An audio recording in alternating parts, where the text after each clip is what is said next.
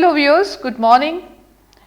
Today I am going to speak on a very important topic called behavioral skills training. The content of this video is prepared by Professor Bhupendra Singh and Dr. Poonam Singh from Barkatullah University, Bhopal. I am presenting this video and I shall be talking on behavioral skills training. Myself, Pramila Singh, Professor of Psychology, Pandit Ravi Shankar Shukla University, Raipur. Behavioral skills training nowadays, this is a very important topic nowadays, and basically behavioral skills training is a treatment package consisting of multiple treatment components that has been proven to be effective for training a wide variety of skills, simple and complex, in people in a wide variety of populations, including children, adults with and without disabilities. Now, what are the objectives for behavioral skills training?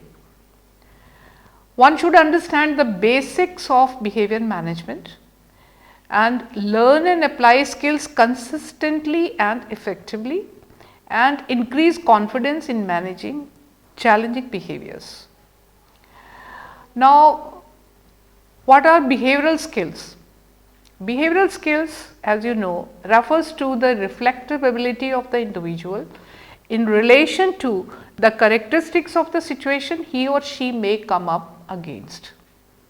Behavioral skills implement behavior change and related procedures to enhance efficiency and performance in any situation. This ability may be organizational. That means, when the individual reacts in a relation to the quality of his or her work, that is prioritizing, anticipating, checking, etc. Then this ability may be social or interpersonal. That means, when the person reacts to others and establishes relationships, that is negotiating, discussing and cooperating, etc. Then this ability may be related to emotional and psychological, that is when the individual reacts to him or herself and his or her own limits, that is adapting, taking training, etc. Now, behavior skills training has four important components, as Milsberger defines BST, behavior skill training, as a procedure consisting of instructions, modeling, behavioral rehearsal and feedback that is used to teach new behaviors or skills. And that is exactly what it is, a 4-step teaching strategy that works. And what are these 4 steps? They are instructions, modeling, rehearsal and feedback. Now, let us take these components one by one, and component 1, as we know, is instructions. That means, first describe the appropriate behavior for the learner. Specific instruction should be provided about what is expected from the learner. Instructions should also specify the appropriate circumstances in which the learner is expected to engage in the behavior. For example, when teaching abduction prevention skills to young children, the teacher might give this instructions as, whenever any adult asks you to come with him, or when an adult asks you to go somewhere with him, you should say, no, I have to ask my teacher, and run back into the school.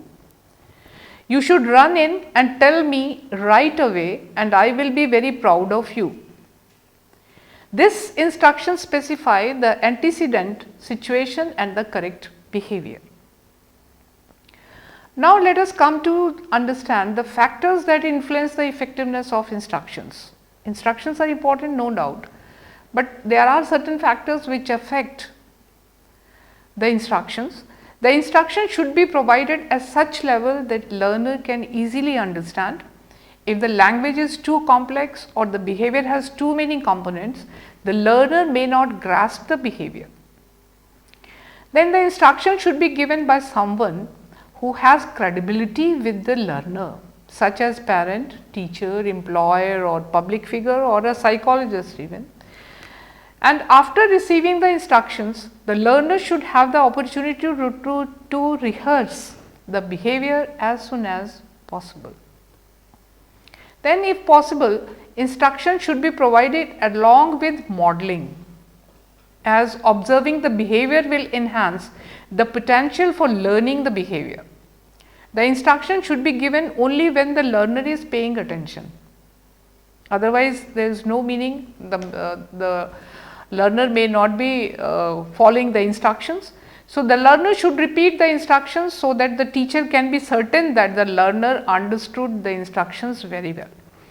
And it also increases the likelihood that the learner will be able to repeat the instructions later to self-prompt the appropriate behavior. Now, there is a component 2 that we call is modeling. Modeling is the demonstration of correct behavior for the learner. The learner observes the model's behavior and then imitates the model. Here the learner has to be able to pay attention to the model and perform the behavior that the model just demonstrated. Most people easily imitate because imitating the behavior of others has already been reinforced in a variety of situations. And reinforcement for imitation typically starts early in a child's life. Over the course of early development, a child's behavior of imitating models provided by parents, teachers, siblings and peers is reinforced many times in the presence of a wide variety of behaviors modeled by a variety of people. As a result, a model's behavior becomes a discriminative stimulus for imitation, and imitation becomes a generalized response class, which means that imitation is likely to occur in the future when a behavior is modeled for the learner. Now, what are the types of modeling? In live modeling, another person demonstrates the appropriate behavior in the appropriate situation. But in a symbolic modeling, the correct behavior is demonstrated or videotape, audio tape or possibly in a cartoon or a movie form. Let us take an example to understand it. In one study, school children viewed a videotape in which abduction prevention skills were demonstrated by child actors. The videotape showed an adult approach, a child and present an abduction lure. The child then engaged in the correct behavior in response to the abduction lure. The whole class of children viewed the videotape model at one time. The videotape also included instructions about the correct behavior. After the children viewed the videotape, they rehearsed the correct behavior and received praise for further instruction if they needed it. Another group of children viewed the videotape but did not rehearse the behavior. The researchers found that the children who received the modeling instructions, rehearsals and feedback, they learned the abduction prevention skills better than the children who did not get the chance for rehearsal and feedback. Now, let us come to understand the factors that influence the effectiveness of modeling. When the model exhibits the correct behavior, it should result in a successful outcome. It is a reinforcer. The model should resemble the people who are observing the model. The models in the earlier example were children of the same age as those watching the videotape. Similarly, people with high status can also be the models. Often teachers model correct behavior for children because teachers have high status and the children are more likely to learn from the model. Sports and movie stars and other celebrities are mostly shown for this reason.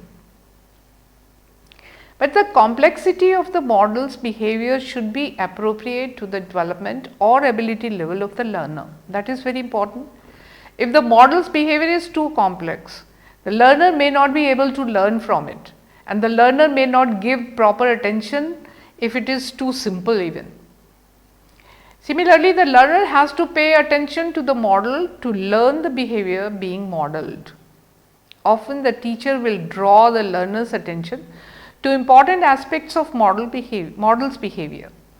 In the previous example, the narrator told the children what behaviors to look for each time a model was about to be presented. The behavior should be modeled in the real situation or in the context of a role play of the real situation. The modeled behavior should be repeated as often as necessary for the learner to imitate it correctly. The behavior should be modeled in a variety of ways and in a variety of situations to enhance generalization. The learner should have an opportunity to rehearse the behavior as soon as possible after observing the model. Correct imitation should be reinforced immediately. Now, let us come to the another component. Component 3 was rehearsal. It is the opportunity for the learner to practice the behavior after receiving instructions or watching a model demonstrate the behavior. Rehearsal is an important part of the behavior skills training procedure because the teacher cannot be sure that the learner has learned the behavior until the teacher sees the learner engaging in the correct behavior. It provides an opportunity to reinforce the behavior and it provides an opportunity to assess and correct errors that may be present in the performance of the behavior. Now, there are certain factors that can influence the effectiveness of rehearsal. The behavior should be rehearsed in the proper context, either in the situations to which it is appropriate or in the role play that stimulates that situation. Rehearsing the behavior in the proper context facilitates generalization when skills training is complete. Rehearsal should be programmed for success.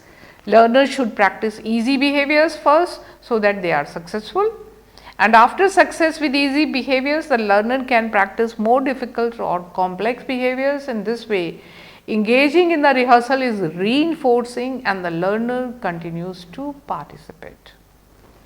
Rehearsal of the correct behaviors should always be followed immediately by reinforcement.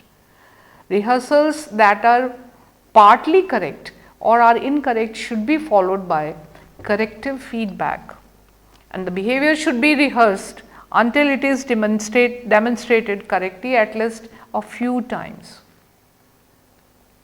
Now, let us come to the another component, that is feedback, and feedback involves praise or other reinforcers for correct performance.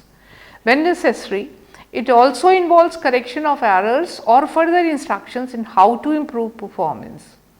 Feedback often involves differential reinforcement of some aspects of the behavior and correction of some other aspects. In behavioral skills training procedures specifically, feedback is defined as the delivery of praise for correct performance and further instructions after incorrect performance. Now, what are the factors which influence the effectiveness of feedback? Feedback should be given immediately after the behavior. Feedback should also always involve praise or other reinforcers for some aspect of the behavior. If the behavior was not correct, the trainer should praise the learner at least for trying. The essential point here is to make the rehearsal or reinforcing experience for the learner. Praise should be descriptive and describe what the learner said and did that was good. Focus on all aspects of the behavior, whether it is a verbal or non-verbal. When providing corrective feedback, do not be negative. Do not describe the learner's performance as bad or wrong. Rather, provide instructions that identify what the learner could be better or how the learner could improve the performance. Always praise some aspects of the performance before providing corrective feedback. Provide corrective feedback on one aspect of the performance at a time. If the learner did a number of things incorrectly, focus first on one of them so that the learner does not feel overwhelmed or discouraged. Build the correct performance in steps so that the learner is more and more successful in each subsequent rehearsals. Behavioral skills training and 3-term contingency. By combining modeling, instructions, rehearsals and feedback, the behavioral skill training procedure uses all 3 aspects of the 3-term contingency. The modeling and instructions are antecedents, strategies used to evoke the correct behavior. Because most people have successfully followed instructions or limited models in the past. Instructions and modeling are effective discriminative stimuli for the correct behavior.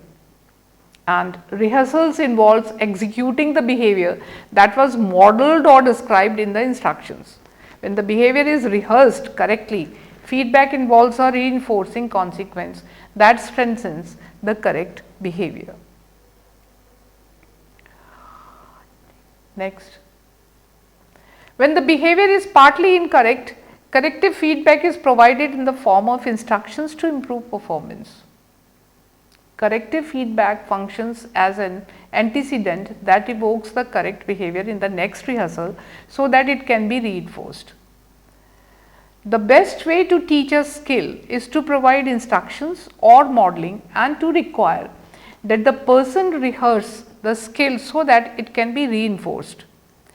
Although instructions or modeling can evoke the correct behavior in the right situation, the behavior is not likely to continue to occur unless it is subsequently reinforced.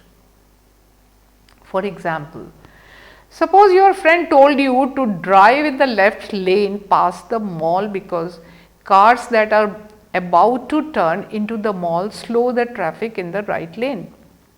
This is an instruction. You follow the instruction and your behavior is reinforced by avoiding slower traffic. As a result, you are more likely to drive in the left lane past the mall. However, if you followed your friend's instruction and drove in the left lane, but the traffic was not faster in that lane, your behavior would not be reinforced. Therefore, even though the instructions evoked the correct behavior initially, the behavior would not continue to occur because it was not reinforced after it occurred. So, when teaching a skill, we could evoke the correct behavior simply by modeling it or by providing instructions for the learner. However, to be sure that the behavior has been learned, we also have the learner rehearse it in the stimulated training situation so that we can reinforce the behavior. It is much more likely that the learner will execute the behavior in the real situation if the learner has already executed the behavior successfully in a training. There are key skills the learner must demonstrate for behavioral skill training to be effective, and they are: the learner must be able to have the prerequisite skills to perform or learn the skill. The learner should understand and attend to instructions, pay attention to the model, imitate a person's action, be sufficiently motivated to perform the skill or create a situation for the learner to be that these things are important. How to give behavioral skills training? There are certain steps which one should follow, and step 1 is identify and define the skills you want to teach. A good behavioral definition will clearly describe all the behaviors involved in the skills. A task analysis may be needed for the complex skills. Now, come to next step. Step 2 will be all relevant stimulus situations must be identified in which the skills must be used. For example, in teaching abduction prevention skills, You have to identify all possible abduction lures that a person might use so that the child can learn to respond successfully to every abduction situation. Step 3 is before starting skill training, the learner's skills in the stimulus situation are to be assessed to establish a baseline. For this, each stimulus situation, either the real situation or a simulation, and record the learner's response to that situation. Step number 4 is training begins with the easiest skills or the easiest stimulus situation first, and in those circumstances the learner is more likely to continue cooperating with skills training procedure. If you start with more difficult skills or situations, the learner may not be successful initially and may become discouraged. Step number 5, at step number 5, begin a training session by modeling the behavior and describe its important aspects. Be sure to model the behavior in the proper context, maybe in a role play. The simulation should be as real as possible for the learner, and the training can also be given in the real environment. Step 6 will be after the learner hears the instructions and watches the model, provide the opportunity for rehearsal. Stimulate the proper context for the behavior and have the learner practice the behavior. The rehearsal may occur in natural situations. Step number 7, immediately after the rehearsal, provide feedback. Always provide descriptive praise for some aspects of the performance, then provide instructions for improvement as needed. Step 8, repeat the rehearsal and feedback process until the learner has executed the behavior correctly a couple of times. Step number 9, after success with one training situation, move to another situation and continue the process of modeling, instructions, rehearsal and feedback until the learner has mastered each skill in each situation. While adding new situations, continue to have learners practice training situations they have mastered to ensure maintenance. Step number 10, once the learner has mastered all the skills in all simulation situations during training sessions, program for generalization to the natural situations where the skills are needed. If the training situations are as similar as possible to the natural situations, or if training occurs in the natural situation, generalization is more likely to occur. Another way is to have the learner practice the skill in a progressively more difficult situations.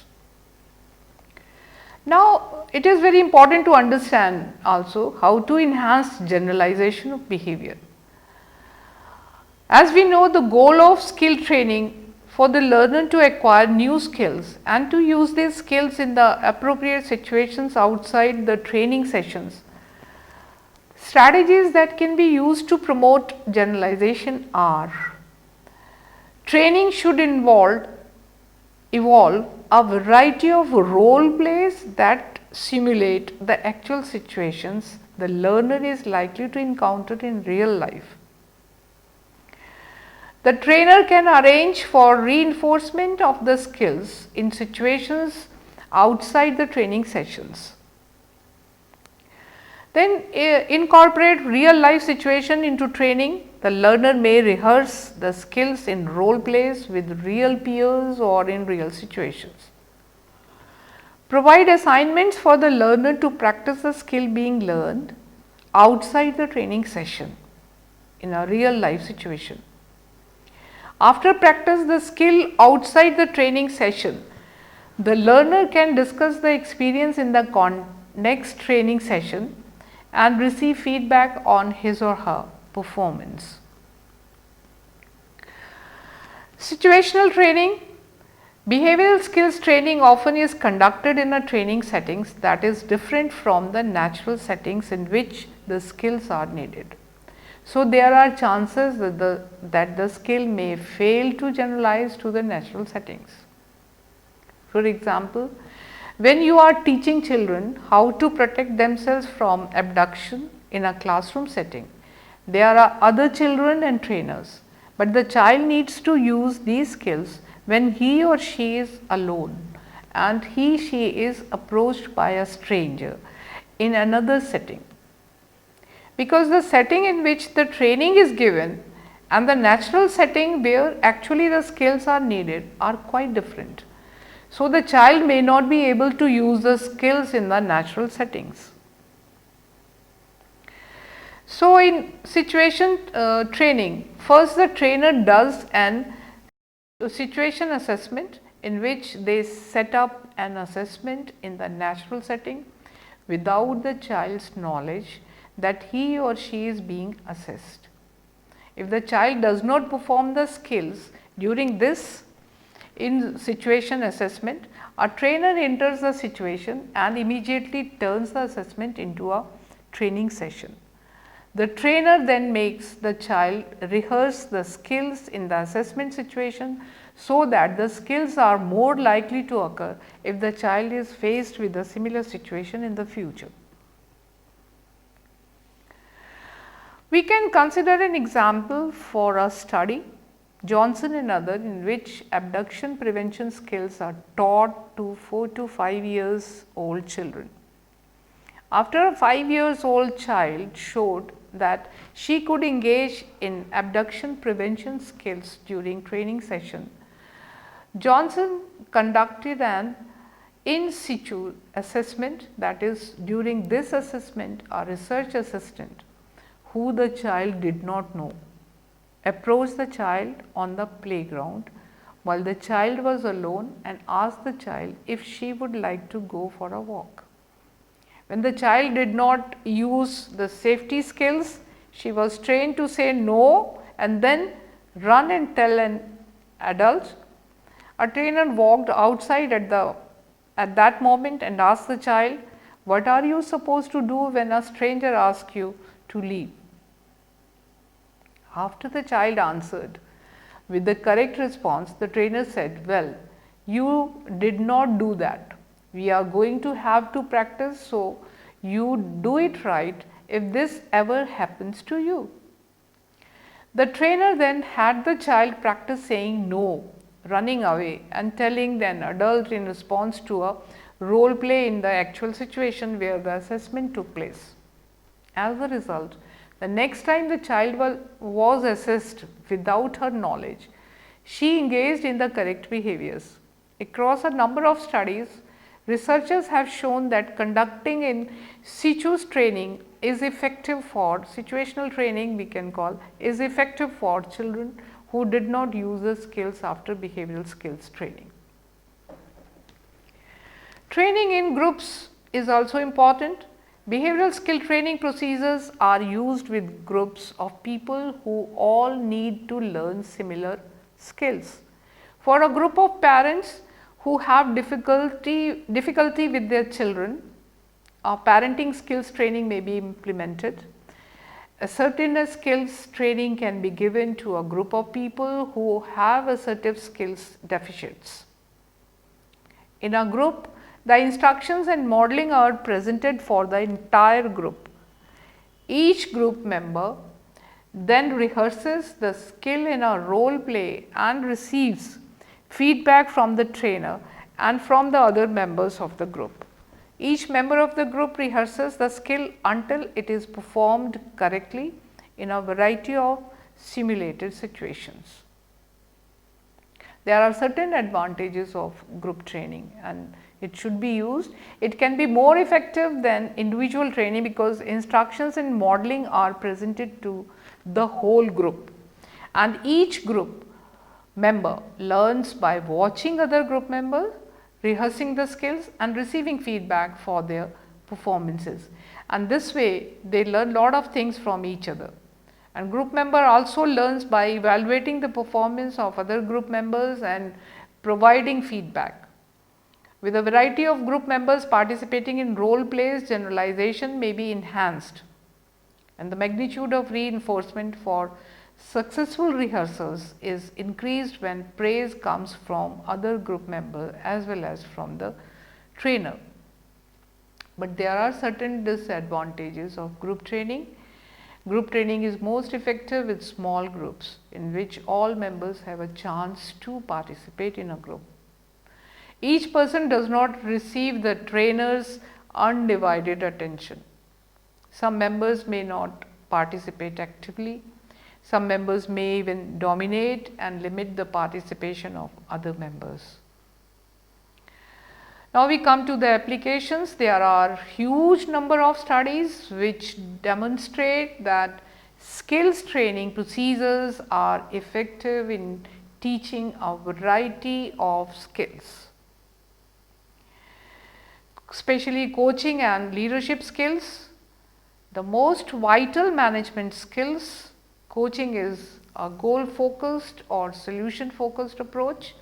Some of the skills involved are goal setting, active listening, looking, body language, empathizing, questioning, giving feedback, checking, etc. Through role plays and practice, we examine a number of coaching models, and participants leave with a range of strategies to help others find their own solutions. Then stress and mental toughness is also required. Recognizing and managing stress is very important. We examine what stress is, typical stressors and tools for managing stress. For example, relaxation techniques, social activities, role of physical exercises, nutrition, sleep, time management, conflict resolution, etc. Then we can also introduce the concept of mental toughness and its relationship with stress management using a psychometric instruments. For example, levels of mental toughness, participants gain greater self-awareness regarding their personal resilience levels. Time management is very important. Time management is a process of organizing and planning how to divide your time between specific activities so that you get more work done in less time.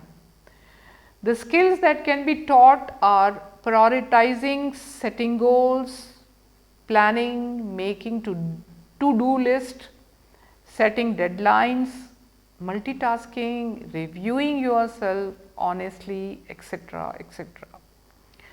Then interview skills, acting an interview. Acing an interview is an art, and it requires diligent preparation along with the ability to be at ease in the interview room.